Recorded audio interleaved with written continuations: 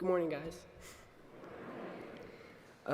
You're probably going to hear in a little bit from Palin that growing up was our dream as a child. I'm probably a little bit different than everyone else. See, I'm really scared of growing up, knowing that the older I get, the more responsibilities I'm going to have, or the choices I'm going to get left with in adulthood. But here's a little summary of everything that led up to that point. See, I'm a middle child, which, yes, some of the stereotypes are true, some aren't. No, I don't feel like I'm overlooked, but yes, I will agree that I probably disobey the most out of the kids. Chances are I got in trouble on the way over here. And best of all, I'm a twin. Most people ask what it's like. Actually, really nobody's ever asked what it's like, but I'm sure y'all are curious. So, if you insult your twin, good job, you just insulted yourself.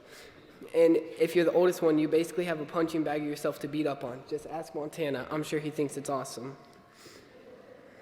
But there's always just something different about me and Montana. One, I have a beautiful girlfriend, and he has no girlfriend at all. And he's always been a lot taller than I have, and I always look like I'm a solid 3 years younger than him. But he also seems like he's always wanted to get older. He always seemed excited for high school or getting to drive, while you had me who was horrified at the idea of even getting older. But this fear had led me into something, a youth group, both here and at my girlfriend's church. I was unfamiliar with the group at her church, but I was familiar with the one here, so I got more comfortable faster here than the one there. I started listening to everybody and really understanding what they were saying for both churches. I had also gotten to the point where I was excited to hear what everyone had to say on Wednesday nights for her church and Sunday mornings for here. I had also come to the realization that people weren't scared of getting older or dying, which I had also come to the realization was my biggest fear. They seemed like they were looking forward to seeing God, and they seemed at peace with the thought of their life ending, which kind of put me at peace too. Growing up really isn't anything we can avoid. It's always going to be there, and it's best you accept it as a gift. Be happy you get to wake up in the morning. Be happy you get to be sitting in those pews and listen to me talking about why you should be happy to be here today. Be happy God is on your side right now. Amen. Thank you. Growing up is scary, and yes, I'm still kind of scared of where I'll be in 20 years, but it's okay. Some people aren't lucky enough to be where I could be in 20 years, but personally, I think the best way to look at it is this. You're Dorothy. Y'all all seen Wizard of Oz, right? Yes? Okay. You're Dorothy, and life is a yellow brick road. Keep going down it, skipping and all the other things she did on it, and you might find some people that change your life forever. And that's all.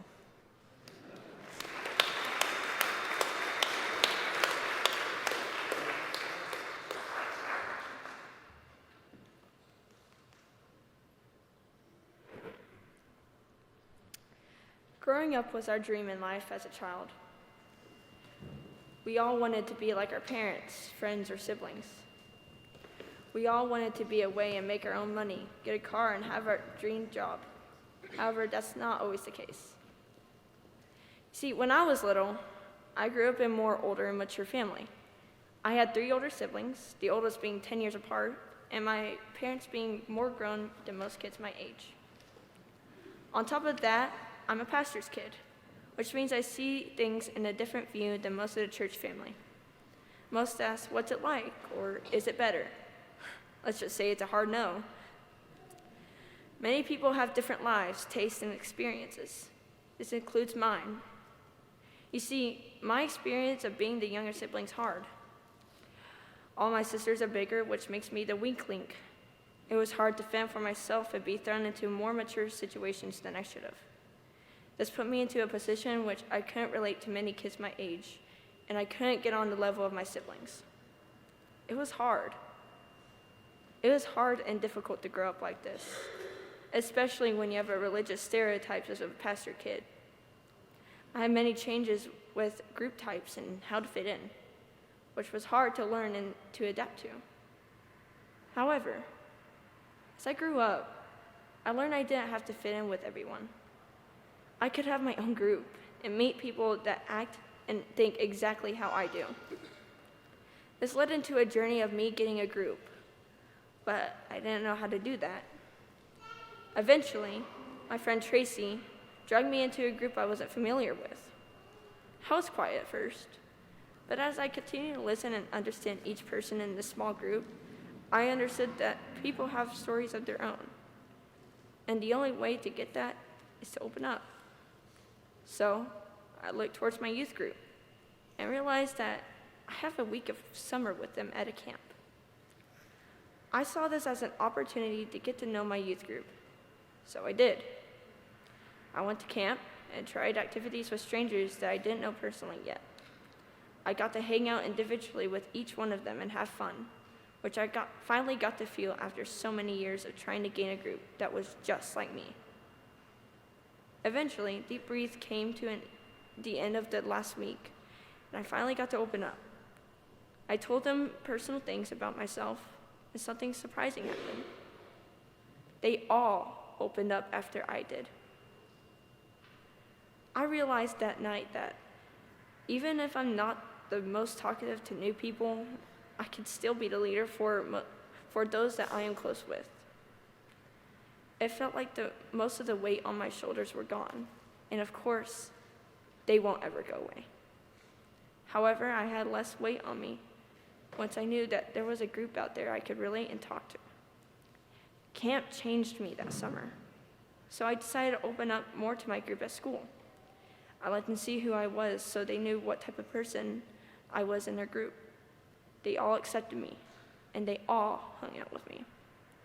I opened a D&D group, have sleepovers, and go on crazy band trips. Growing up is hard, and I am still growing too. But when you realize that you have people in your life who walk a journey with you, you're going to have a great time and feel like you're a much better person. And of course, there's going to be days that aren't the brightest, and you feel like you're a nobody to everyone around you. But at the end of the day, you realize it's just one bad day in your extended happy life. When you realize that life isn't so scary anymore, you're happy. Growing up is hard, and you wish you could turn back. But it can also be exciting to look towards the future and understand you still have a whole story ahead of you.